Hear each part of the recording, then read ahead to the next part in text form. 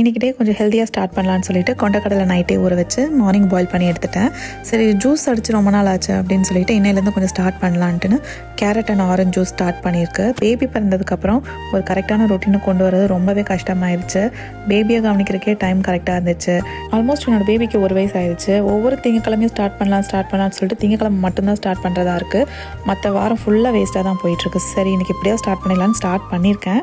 இப்போ தான் இந்தியாவிலேருந்து வந்த மாதிரி இருக்குது. அதுக்குள்ளே பார்த்துட்டிங்கன்னா பேபியோட ஹெல்த் மிக்ஸ் எல்லாமே காலி ஆகிடுச்சு. 6 மந்த்ஸ் ஆகிடுச்சு. சரி நானே ரெடி பண்ணலான்னு சொல்லிட்டு இதுக்கு தேவையான திங்ஸ் எல்லாமே வாங்கியிருந்தேன்.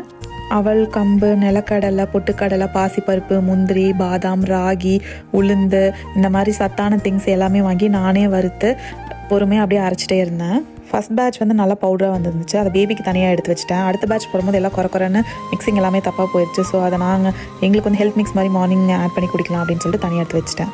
என்னோடய ஹஸ்பண்ட் ஒர்க் போயிட்டார். பேபியை தூங்க வச்சுட்டு தான் என்னால் சத்து மாவு ரெடி பண்ண முடிஞ்சது. சரி இப்போ அவர் தூங்கி எந்திரிக்கிற டைம் ஆக போகுது. அவருக்கு ஒரு ஹெல்த்தியான ப்ரொக்கோலி சீஸி ஆம்லேட் ஒன்று போட போகிறேன். ரெசிபி இதில் மென்ஷன் பண்ணியிருக்கேன். என்னென்னு பார்க்கலாம் வாங்க.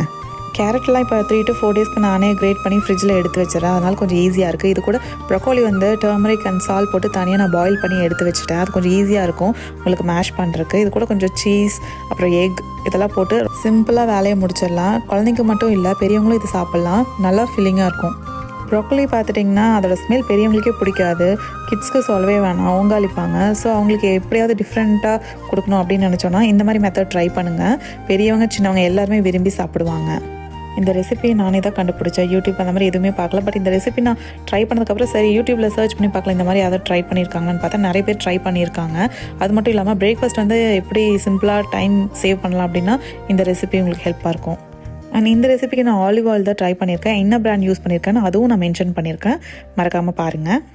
ஒரு வயசு குழந்தைங்கள நீங்கள் வெளியே கூட்டிகிட்டு போகிற மாதிரி இருந்துச்சுன்னா அப்போ இந்த ரெசிபியை நீங்கள் ட்ரை பண்ணி எடுத்துகிட்டு போனீங்கன்னா பிக் அண்ட் ஈட் ஈஸியாக இருக்கும். பேபிஸ்க்கும் வெளியே போனால் மெஸ் ஆகாமல் இது தீத்தி விடுற மாதிரி இருக்கும்.